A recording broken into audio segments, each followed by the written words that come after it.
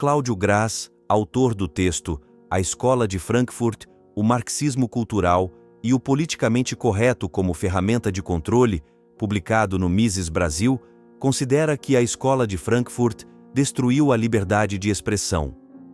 Esse grupo de intelectuais criou a teoria crítica da sociedade, que Graz afirma ter o objetivo de destruir a civilização ocidental e o capitalismo. A teoria crítica visava mudar a cultura para alterar a mentalidade política das pessoas, controlando a linguagem e as ideias através da mídia e da educação. Horkheimer propôs que a lógica só era válida se destruísse as bases culturais tradicionais, levando ao politicamente correto, que rejeita o debate aberto e promove um pensamento uniforme.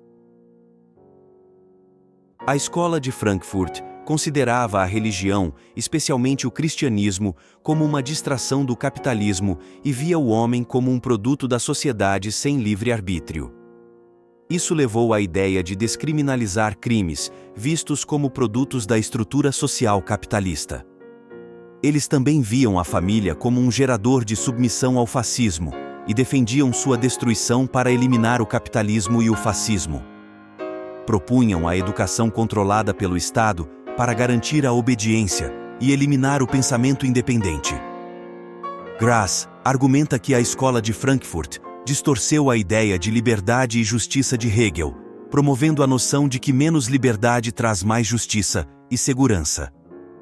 Essa ideia se enraizou no politicamente correto, promovido por instituições acadêmicas e discursos políticos.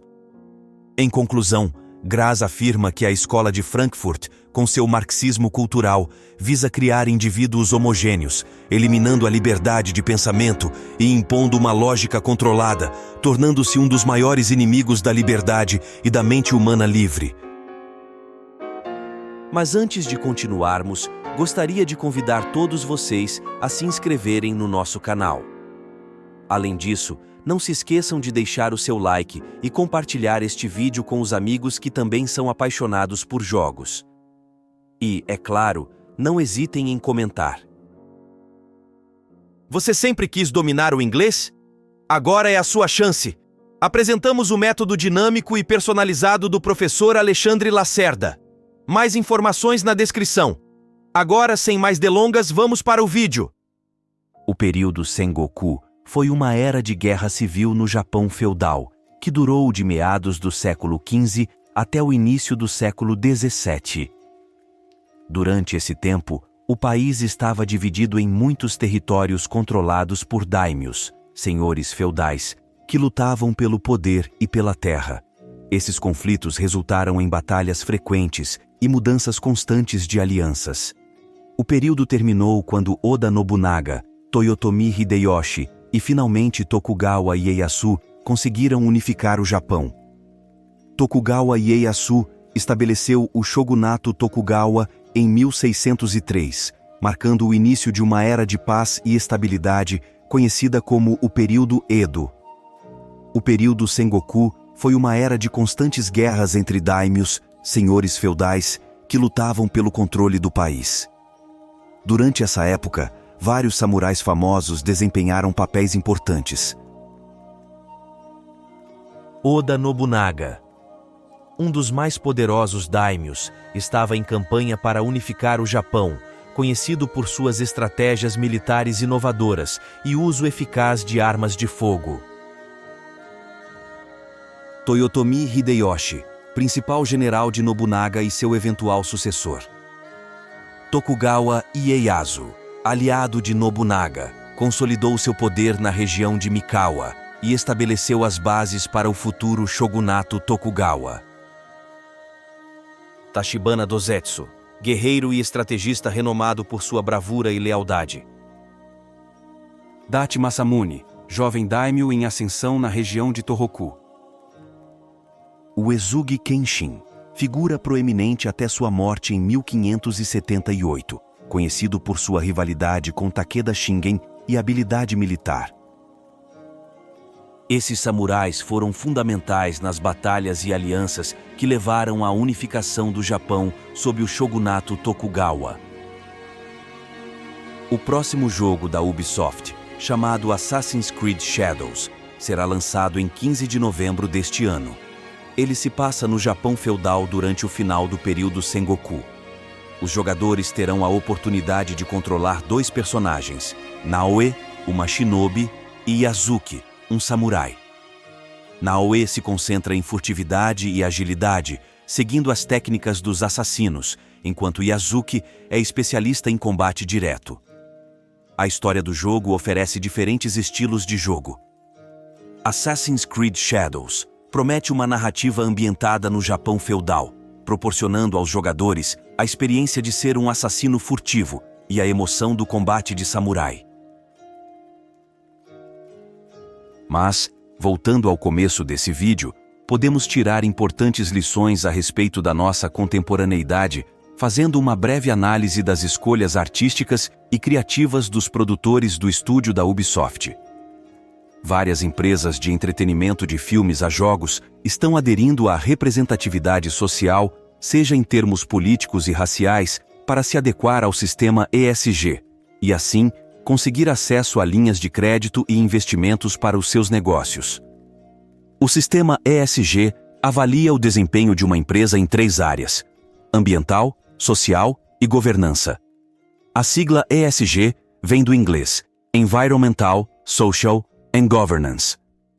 Esses critérios ajudam investidores a medir a sustentabilidade e o impacto ético de um investimento.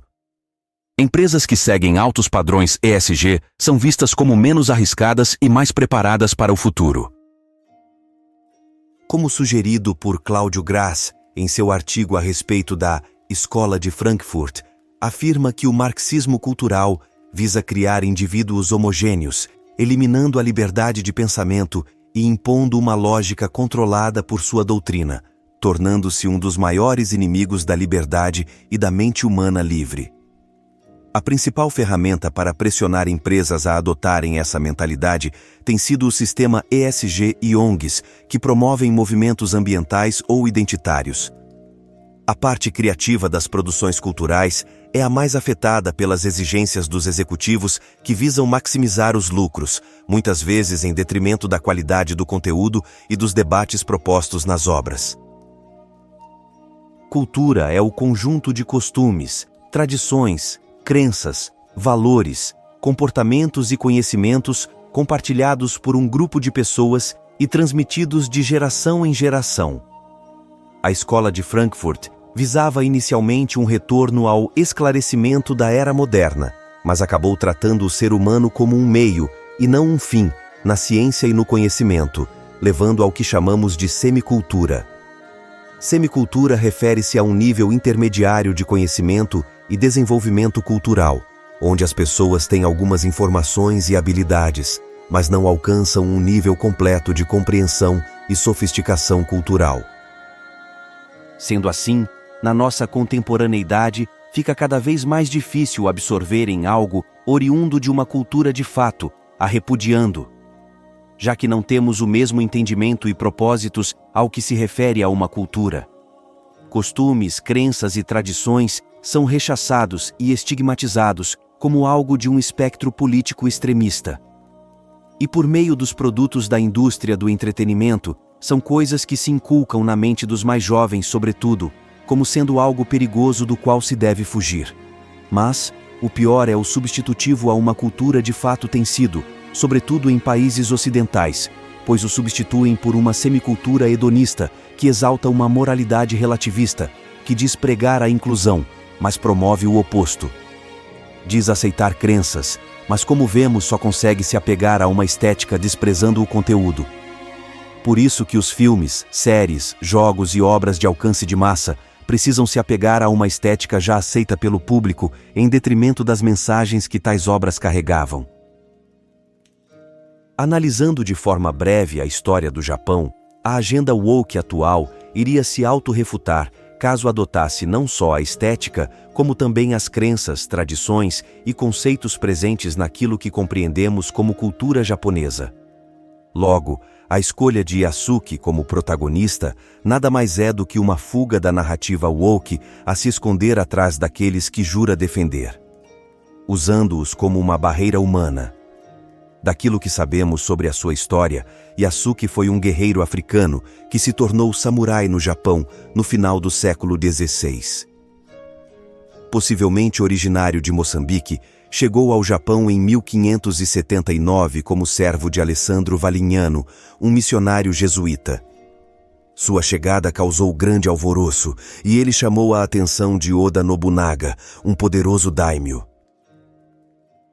Nobunaga ficou fascinado por Yasuke, acolhendo-o em seu círculo de confiança e concedendo-lhe o status de samurai.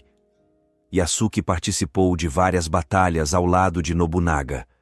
Em 1582, estava presente no incidente no templo Honnoji, onde Nobunaga foi traído. Após a morte de Nobunaga, Yasuke serviu brevemente a Oda Nobutada antes de ser capturado e entregue aos jesuítas por Akechi Mitsuhide. O destino de Yasuke após esses eventos é incerto. A história de Yasuke é trágica demais para os ouvidos sensíveis modernos. O peso da tradição e crenças que compõem essa história épica da unificação do Japão é algo que entra em desagravo ao ideário desconstrucionista woke. Logo, a história dele precisa ser aproximada ao contexto dito atual, reescrevendo e introjetando elementos modernos como se o fossem sempre preocupações atemporais. Sendo que o movimento woke em si apenas defende pautas nada atemporais, é aí que o revisionismo distorce a relação com a história. O problema não é o fato de Yasuke ser negro, pois ele mesmo, diferente de nossos contemporâneos, foi capaz de se integrar à cultura japonesa. E isso é uma prova formidável de que estamos traçando o caminho do erro e da autodestruição. Será que nós estamos tão presos à nossa semicultura que não conseguimos entender que existem crenças além das nossas? Que existe valor na história e tradições? E que a cultura não deve ser tratada como um simples instrumento de dominação? Que aprendamos com o Yasuke histórico e compreendamos como ele o fez, o valor da história, das crenças e tradições, e não rejeitemos a cultura só por ela contrariar as nossas narrativas e ideologias. E é uma pena que a história desse personagem histórico seja usada de forma tão banal e deplorável na guerra cultural, como um mero produto da cultura de massa. Ele realmente merecia mais. Se você curtiu o conteúdo e quer mais análises como esta, não se esqueça de deixar o seu like, se inscrever no canal e ativar o sininho para receber todas as nossas atualizações. E claro, seus comentários são sempre bem-vindos. Um grande agradecimento a todos vocês que acompanharam até o final. Sem vocês, nada disso seria possível. Continuem com a gente aqui no Minha Mente Agitada. Até o próximo vídeo.